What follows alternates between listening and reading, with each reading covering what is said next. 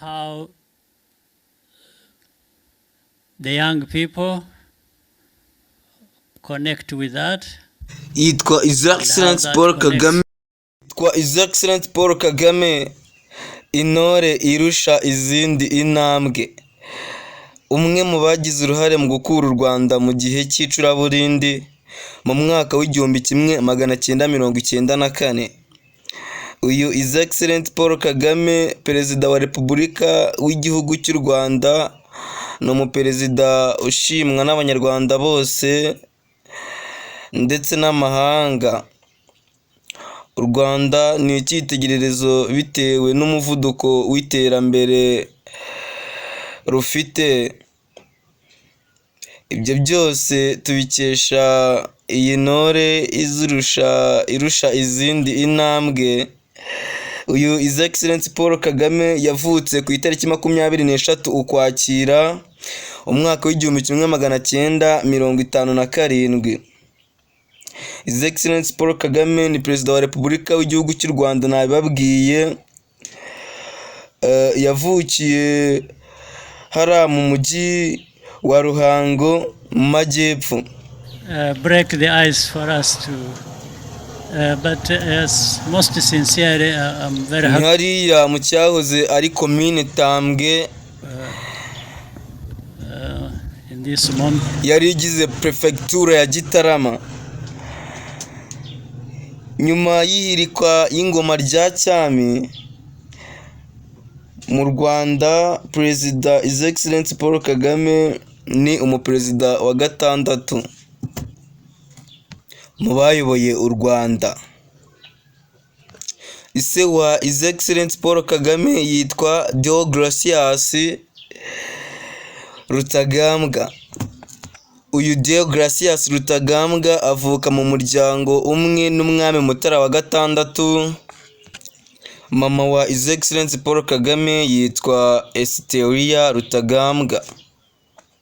Uyu mama wa His Excellency Paul Kagame, Esteria Rutagambwa, akomoka mu muryango w'abagabekazi. Umugabekazi wabayeho nyuma y'abandi bose mu Rwanda niwo mama wa His Excellency Paul Kagame avukaho, ariwe Esteria. His Excellency Paul Kagame avuka mu muryango w'abana batandatu, niwe wa gatandatu, ubwo niwe muhererezi iwabo.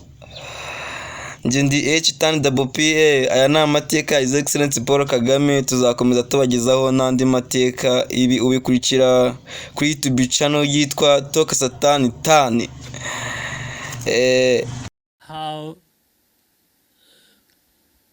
the young people connect with that, how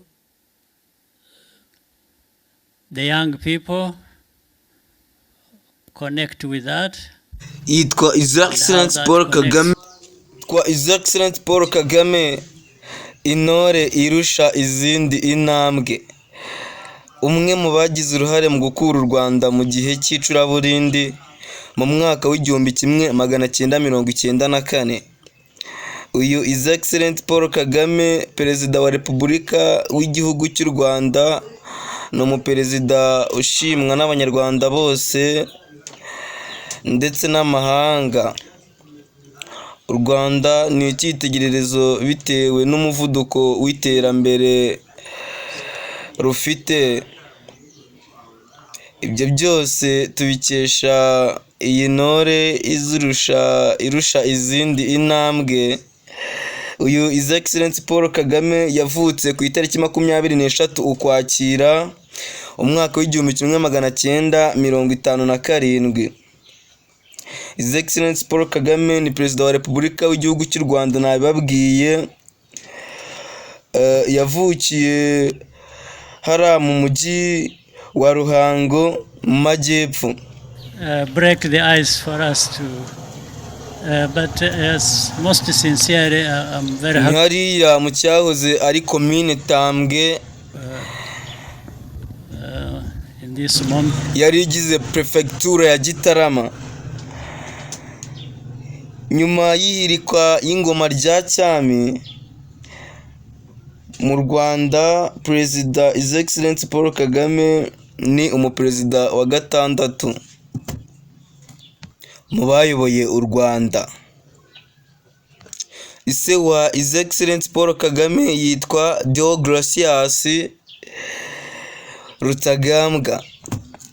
Uyu Deogratias Rutagambwa avuka mu muryango umwe n'umwami Mutara wa gatandatu. Mama wa His Excellency Paul Kagame yitwa Esiteria Rutagambwa. Uyu mama wa His Excellency Paul Kagame Esiteria Rutagambwa akomoka mu muryango w'abagabekazi.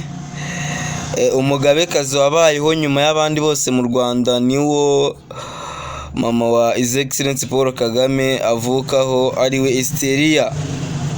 His Excellency Paul Kagame avuka mu muryango w'abana batandatu, niwe wa gatandatu, ubwo niwe muhererezi iwabo. Njye ndi HTNPPA. Aya ni amateka ya His Excellency Paul Kagame. Tuzakomeza tubagezaho n'andi mateka, ibi ubikurikira kuri YouTube channel yitwa Toka Satani.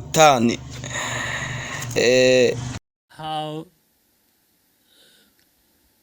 the young people connect with that.